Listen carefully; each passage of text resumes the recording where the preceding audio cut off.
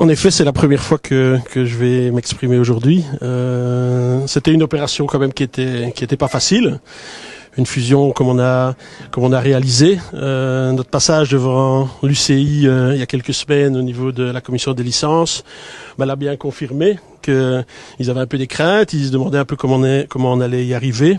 Mais je pense qu'à la fin de la réunion, et Kurt était présent aussi, l'UCI nous a presque félicités de la manière dont on avait fait les choses. Alors, c'est vrai que vu de l'extérieur, c'était pas facile et je m'excuse en tout cas peut-être du manque de communication à certains moments, mais je pense que ça devait passer par là aussi. C'était une opération quand même assez compliquée. Et donc voilà, on voulait garder un maximum d'informations pour nous, pour la négociation avec la loterie, avec Captain of Cycling. Et finalement, on y est arrivé. Oui, je pense que au niveau des coureurs, je pense qu'on a réussi à replacer tout le monde, tous les coureurs qui avaient un contrat, en tout cas pour 2026, et qu'on ne pouvait pas garder dans l'effectif. Et voilà, avec le staff, on a fait aussi, je pense, un travail. Il y a des gens qui sont restés, un maximum de gens qui étaient sous contrat, d'autres ont dû trouver une autre équipe, un autre boulot.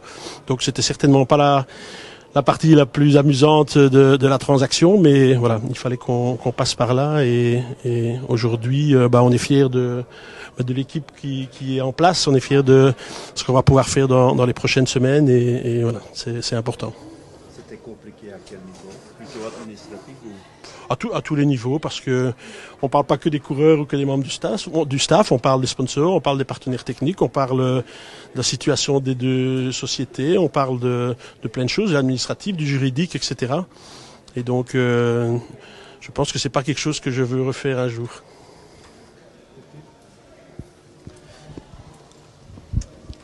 Une fusion entre deux équipes, c'est souvent compliqué parce que chaque équipe a son propre style. Est-ce que ça devient de plus en plus facile ou est-ce qu'il y a encore des frictions entre le style auto et le style intermarché? C'est sûr qu'on a des styles différents.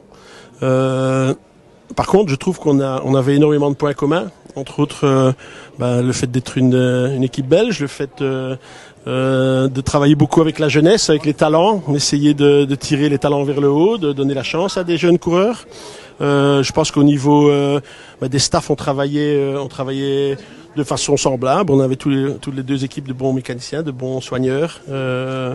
Au niveau de la performance, chacun était à un certain niveau. On va essayer d'augmenter les deux niveaux des deux côtés pour faire une équipe encore plus performante. Je pense qu'au niveau sportif, il y avait des bons coureurs des deux côtés. Il y a d'énormes talents qui arrive chez Lotto aussi, avec Arnaud Hidard, Van Etveld qui est déjà confirmé, avec Arnaud qui est là aussi et qu'on attend sur les belles classiques aussi. Chez nous, il y a le petit frère d'Alexander Christophe, Félix qui est là, il y a Hub Hartz qui est là. Donc il y a pas mal de talents qui sont là et qui sont contents, je pense, de rejoindre ce projet et de pouvoir travailler avec Kurt et Ike. Alors, bien sûr, c'est pas facile parce que chacun avait son style. Ike travaille d'une certaine manière, Kurt travaille d'une autre sur certains points. Aujourd'hui, on a défini les rôles où la partie sportive est donnée à Kurt et la partie performance est donnée à Ike. Et oui, des frictions, c'est sûr que de temps en temps, ils seront, parce que la frontière est très fine entre les deux fonctions. Donc parfois, ils auront des décisions à prendre ensemble. Ils seront sur la même ligne. Mais le but, et ce qu'on a essayé de mettre en place ensemble à trois, c'est qu'on prendra les décisions sportives à trois. Donc sportif, Kurt, Ike Performance et moi pour faire le trio et pour essayer de prendre les bonnes décisions ensemble. On connaissait ta proximité avec Binyam Garmet. Le fait de ne pas avoir réussi à le garder dans ce projet, c'est ton avis là-dessus? Alors je pense que Binyam était très convoité par d'autres équipes aussi, des équipes qui avaient des gros moyens aussi. Qu'est-ce qu'on peut dire de Binyam? Peut-être qu'à un moment donné, comme ça prenait un peu de temps, la fusion, de la réaliser, peut-être qu'il a cherché un peu de sécurité, qu'il a cherché peut-être une confiance dans une autre équipe. Je pense que ça se passe bien ses débuts là-bas. Il a encore beaucoup de choses à faire. Nous, on a fait de très belles choses avec lui. Je pense que le voir gagner à Gand-Wevelgem, c'était une surprise pour beaucoup de gens. Pas pour nous, parce qu'on savait qu'il avait beaucoup de talent. Mais le voir gagner là-bas, c'était quelque chose d'incroyable. Le voir gagner sur le Giro, sur une étape qui était normalement dédiée à Mathieu, c'était aussi quelque chose. Et après, ces 3 victoires sur le Tour et le maillot vert, c'était quelque chose d'incroyable qu'on a vécu. On a eu la chance de vivre avec notre petit projet et ce qu'on avait monté autour de lui. Et donc, je pense que Binyam a encore beaucoup de choses à faire. Ce sera plus avec nous, ce sera avec une autre équipe ou d'autres équipes. Mais en tout cas, on reste en bonne relation et on est très fiers de ce qu'on a fait avec lui. Au-delà du fait qu'il était convoité par d'autres formations, est-ce que le fait qu'il y a une masse salariale qu'il faut respecter, ça a aussi un peu joué dans vos choix? Certainement, il y a le côté sportif, il y a le côté budget aussi. Et c'est vrai que on s'est retrouvé avec 43 coureurs sous contrat. Et donc, il a fallu faire des choix. Il y a des gens qui étaient incontournables pour une raison administrative, parce que l'UCI donnait la préférence aux coureurs de la loterie, parce qu'on allait travailler avec la licence de Captain of Cycling, mais aussi, on a dû faire des choix budgétaires. Et donc, on n'a pas poussé Binyam dehors. Binyam a eu des propositions ailleurs et je pense que il a fait son choix et nous on s'est positionné, une autre équipe s'est positionnée autrement et il a fait son choix. C'est peut-être indiscret de demander par rapport aux chiffres, mais quand on fusionne 2 entités, généralement on se dit que ça va être plus costaud financièrement, peut-être plus costaud sportivement, ça je ne sais pas, mais est-ce que votre nouvelle entité est aussi forte que vos 2 équipes séparées l'année passée? Elle sera plus forte au niveau budgétaire, bien sûr. On n'a pas fait x2. Voilà, ça c'est sûr, parce que bien sûr on avait des sponsors, des partenaires qui faisaient la même chose des 2 côtés. Je parle d'une marque de vélo, je parle d'une marque de vêtements, je parle d'autres sponsors qu'on avait peut-être en doublon ou partenaires techniques. Et donc on va travailler avec un budget intéressant qui nous permettra d'être un peu plus à l'aise que ce que nos 2 équipes étaient aujourd'hui et de voir l'avenir, je pense, avec optimisme. On a des contrats pour les 3 prochaines années. On a des bons jeunes coureurs qu'on va essayer de garder, qu'on va essayer de tirer le plus haut possible au niveau sportif. Et on va construire ce projet, une nouvelle image qui sera un mélange des deux équipes. Et voilà, on a 3 ans pour bien travailler au minimum, et donc c'est très motivant. Avec déjà cette obligation très vite, parce que c'est la réalité des points UCI, d'aller chercher justement ces fameux points pour, comme l'a fait Lotto il y a 2 ans, emmagasiner le plus vite possible pour le maintien entre guillemets dans le World Tour. Ça ne doit pas être une obsession, les points, mais bien sûr qu'on veut rester dans le World Tour. C'est aussi pour ça qu'on s'est mis ensemble, parce qu'on a cette vision-là. Les points sont importants. Alors, on sait que dans les monuments et les plus grandes courses, les premiers rôles sont souvent pris par Tadej, par Mathieu ou par des coureurs de ce style-là. On a des jeunes coureurs qui arrivent. On a ciblé des courses qui nous conviennent par rapport au talent qu'on a, par rapport au potentiel qu'on a dans notre équipe. Mais ça, je pense que c'est à Kurt et à Ike de vous en parler. On se va pas se prendre la tête tous les jours en regardant le classement UCI, mais on sait que c'est important et les points pris la première année sont souvent très importants à la fin de la 3e année. Oui, c'est sûr que on a eu ces dernières années un peu de difficultés financières, parce que notre budget était pas assez haut pour le World Tour. On a fait une année 2022 exceptionnelle. On termine 5e du World Tour avec des coureurs exceptionnels comme Alex Christophe, comme Binyam Girmay, et aussi avec un budget qui a explosé. Malheureusement, on n'a pas toujours eu la chance de trouver les gros sponsors qu'on cherchait. Et donc, en effet, ça devenait difficile, en tout cas, de continuer seul. On en était conscient. Je pense que c'était le bon moment pour en discuter avec d'autres équipes aussi. Et si on ne trouvait pas un 2e sponsor, pourquoi pas réfléchir à une fusion. Et donc, c'est ce qu'on a entamé avec Lotto un petit peu avant le Tour de France. Et donc, je pense qu'on a trouvé une bonne solution avec Lotto, avec Captain of Cycling, qui reprend nos actifs et qui permet de terminer nos activités avec l'équipe Intermarché Wanty d'une façon correcte.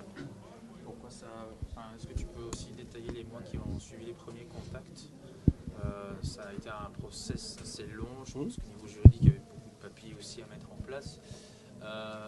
Des coureurs qui ont appris aussi la nouvelle dans la presse. Voilà, revenir un petit peu sur les derniers mois et comment ça s'est vraiment fait étape par étape. Je ne vais pas rentrer dans tous les détails parce que c'est très très long. Ouais. mais c'est vrai que on s'est vu un petit peu avant le tour, je pense fin mai, avec Yann Yack, Grégory Mas, Benoît Sounen chez nous, pour voir s'il y avait des points communs, s'il y avait des choses qu'on pouvait faire ensemble, si un rapprochement était envisageable. On a senti tout de suite après 1 ou 2 réunions qu'on avait pas mal de points communs. Il y a une chose qui était très très intéressante aussi dans nos réunions, c'est qu'on a été directement très transparent l'un avec l'autre. On a expliqué les situations des 2 équipes. Je pense que ça a facilité aussi le fait qu'on puisse avancer dans le projet. On avait dit qu'on essaierait de garder cette discussion entre nous au moins jusqu'à la fin du tour pour pouvoir bien. Le tour, c'est toujours compliqué, on est tous très occupés pendant le tour et donc l'idée c'était de bien travailler sur ce projet à la fin du tour, début août. Malheureusement c'est sorti pendant le tour, mais voilà. Et donc ça a précipité un peu les choses. On a sans doute dû garder après quelques réunions un peu plus, comment je vais dire, nos infos un peu plus secrètes que ce qu'on avait imaginé si on avait pu bien organiser cette communication. Et donc, oui, je dois sans doute encore une fois m'excuser de la manière dont on a communiqué à certains moments, mais voilà, c'était important pour nous de garder certaines choses secrètes dans la discussion et dans la négociation. Si on parle des coureurs et de la manière dont on a travaillé avec les coureurs, c'est sûr, au début, on a essayé de trouver des solutions avec d'autres équipes, avec les agents des coureurs, en essayant de ne pas mettre de panique non plus dans la situation. À un moment donné, on a pris contact avec l'UCI. L'UCI a repris contact avec nous. On a mis Adam Hansen dans la confidence aussi, qui a discuté un peu avec les équipes, avec les agents. Et finalement, je pense qu'au 15 décembre, les 13 coureurs avaient retrouvé une situation, étaient replacés. Et donc, c'était un grand soulagement pour nous, bien sûr. Et on pouvait continuer à avancer et à travailler pour clôturer cette fusion pour la fin d'année. Tu parles du Tour de France et des coureurs. En France, on parle d'un certain Paul Sexas. On le compare souvent avec ton coureur et un Ovidar. Une chance qu'il soit sur le Tour ou pas du tout On va laisser. Non, pas encore. Pas d'accord. Et vous voyez le lien, le parallèle entre Paul Sexas et Ryan Ovidar, parce qu'en France, tout le monde s'extasie sur lui. Quelle similitude il peut y avoir entre les deux? Je pense que les qualités des 2 coureurs sont un petit peu les mêmes. Ce sont les mêmes types de coureurs, alors c'est normal. Tour de l'Avenir, ils ont prouvé qu'ils sont presque sur le même niveau. Okay, c'est Paul Sexas qui à la fin a gagné, mais quand même, Ryan Ovidar a fait quelquefois lui en difficulté.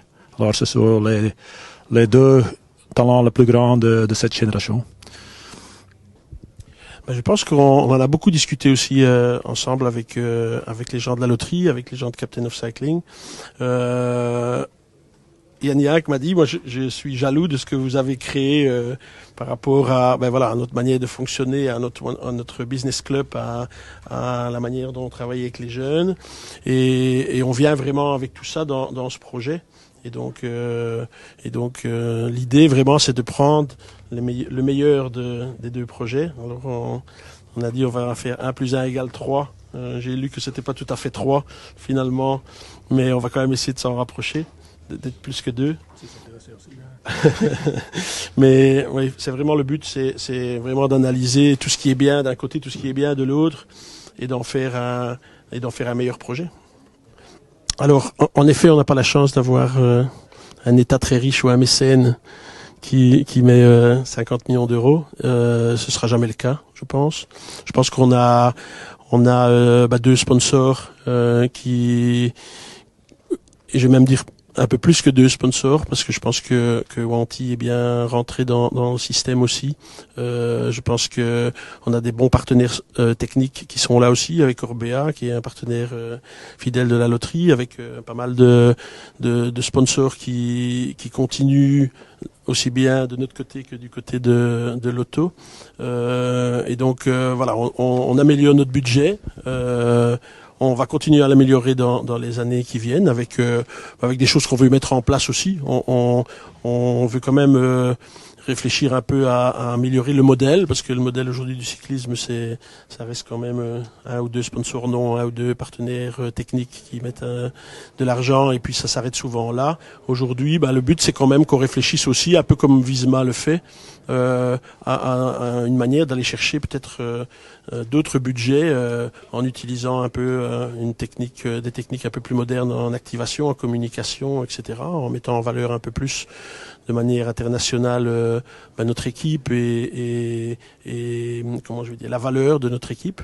Et je pense que oui, l'objectif c'est d'augmenter ce budget dans les années qui viennent, mais déjà avec une belle sécurité, d'avoir un budget fixe pour les 3 prochaines années. Donc je pense qu'on est sur la bonne voie. Alors 30 coureurs dans l'équipe World Tour, 20 coureurs dans l'équipe Devo, 14 coureuses dans l'équipe dames. Et voilà, ça ce sont les équipes qui sont sous la licence de Captain of Cycling. Et donc au niveau du staff, alors je ne vais pas donner un chiffre exact, mais voilà, on doit être aux alentours d'une centaine de personnes, avec vraiment un mix des 2 équipes. Plus encore au niveau du staff qu'au niveau des coureurs, où là on sait que c'est 20-10. Et donc moi je pense qu'on a une belle union. Kurt, als woord voor het team hebben we hier krijgt van World skippen. Is het dan besproken of beslist? Welke? Ja, Romandie. is dat van dit jaar? Nu al? Nu 26 skippen bij Romandie. Dus de 3 grote rondes gaan jullie rijden. Dat was niet altijd zo. Nee, toen konden we alles kiezen. Dus. Nee, afgelopen On voit dans beaucoup d'équipes, on prolonge des coureurs qui, malgré tout, encore sous contrat. Oui. Souvent des jeunes. Je ne vais pas citer de nom. Est-ce que vous avez, dans les semaines qui viennent, le projet de se dire, tiens, Kurt vient de le dire, on a 3 leaders. Est-ce que Arnaud Delis, Ian Bergmoes, Jarno Widet, tout ça, vous pensez déjà à les prolonger ou pas? Oui, on y pense fort. On a eu des priorités quand même ces dernières semaines et derniers jours, et on en a déjà beaucoup parlé entre nous, on a déjà beaucoup parlé à nos sponsors. Donc on sait les coureurs qu'on veut garder. On y travaille avec leurs agents aussi, on a déjà parlé avec eux. Je pense que janvier et le début de saison vont être importants pour ça. Et donc oui, bien sûr, le but c'est d'essayer de garder nos talents. Alors le jour où Jarno terminera 3e d'un grand tour, est-ce qu'il devra rester chez nous après, j'en sais rien, mais le plus haut possible et le plus loin possible, on veut essayer de les garder, bien sûr, en fonction de notre budget. Pour la première année, question bête, une saison réussie, ça serait quoi? On a expliqué tout à l'heure qu'on travaille avec beaucoup de jeunes talents. C'est pas l'idée, ça n'a jamais été l'idée ni d'un côté ni de l'autre de mettre trop de pression aux jeunes talents. Et donc on va essayer de leur donner un beau programme, des courses qui sont adaptées. On va essayer de les mettre bien sûr, les sortir de leurs limites dans des grandes courses aussi, mais sans mettre trop la pression. Et je pense qu'une saison réussie, ce sera une saison où on aura gagné des courses, parce que c'est ça le principal dans le cyclisme, c'est gagner des courses. Où on aura montré qu'on était une belle équipe, et où on aura couru de façon attractive, de façon agressive dans le sens positif du terme. On aura bien montré le maillot, on aura montré que l'équipe Lotto Intermarché avait le niveau World Tour. Et certainement, une saison réussie, c'est si on tire nos talents le plus haut possible pendant cette saison et qu'on arrive à les faire exploser au niveau mondial. Si on arrive à ça, je pense qu'on aura fait une belle saison.